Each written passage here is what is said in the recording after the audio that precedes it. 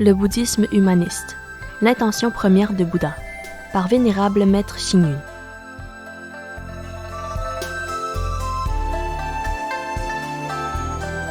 Retour en Chine continentale de la procédure de la cérémonie d'ordination de la triple plateforme. La pleine ordination de Fo-Guang-Shan dont nous venons de parler mettait l'accent sur la restauration de la cérémonie d'ordination des deux divisions, Bhikshu et Bhikshuni.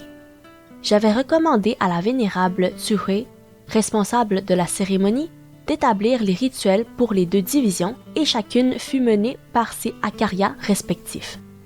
Dès lors, la cérémonie de la pleine ordination de triple plateforme pouvait être considérée comme étant complète. Plus tard, quand le vénérable Tingxin fut nommé directeur général de l'Association bouddhiste de Chine et dut diriger une pleine ordination, il demanda cette procédure de cérémonie à Fo-Guang-Shan.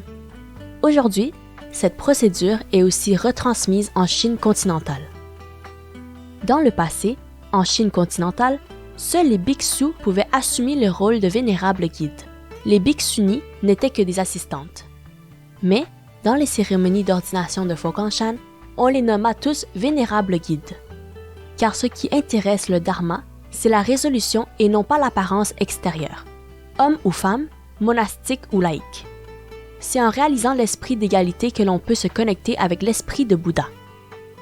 Une autre pleine ordination fut organisée plus tard au temple Shilai de Fo-Guang-Shan aux États-Unis. Connu pour être le plus grand temple bouddhiste de l'Amérique du Nord, sa construction dura 10 ans. Il fut inauguré le 26 novembre 1988 avec la vénérable Tzu Chuan comme première abbesse.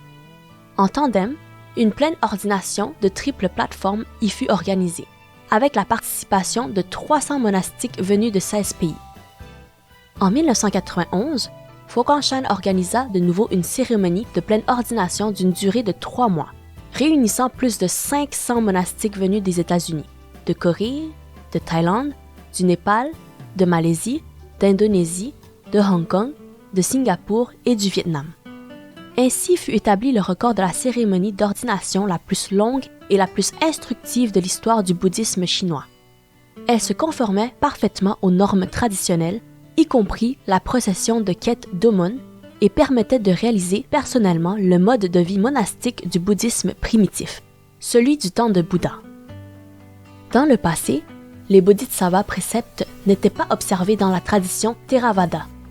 Les adeptes ne pouvaient donc pas prononcer la bodhisattva ni prêcher le dharma à la foule et je trouvais cela bien regrettable.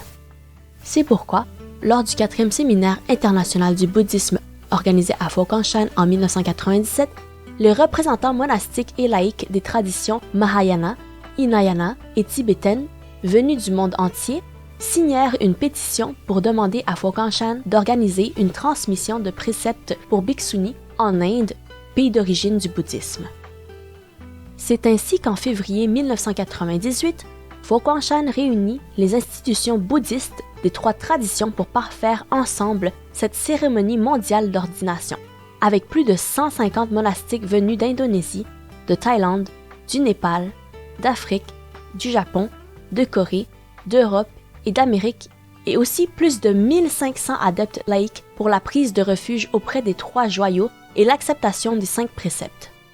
Cet événement marqua la renaissance de l'ordre des Bhikshuni en Inde et dans les pays de tradition Theravada, ordre disparu depuis le XIe siècle, et écrivit une nouvelle page dans l'histoire du bouddhisme.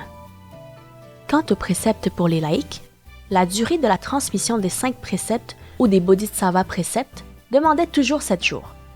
Néanmoins, pour nous adapter aux besoins de l'époque et comme la cérémonie est temporaire et l'observation éternelle, je décidai de les ramener à 2 jours et 1 nuit pour soulager les participants. En outre, aménager une salle de sport ou un centre communautaire en salle de culte pour organiser ces cérémonies avec le témoignage de 3 maîtres est aussi une forme de facilité.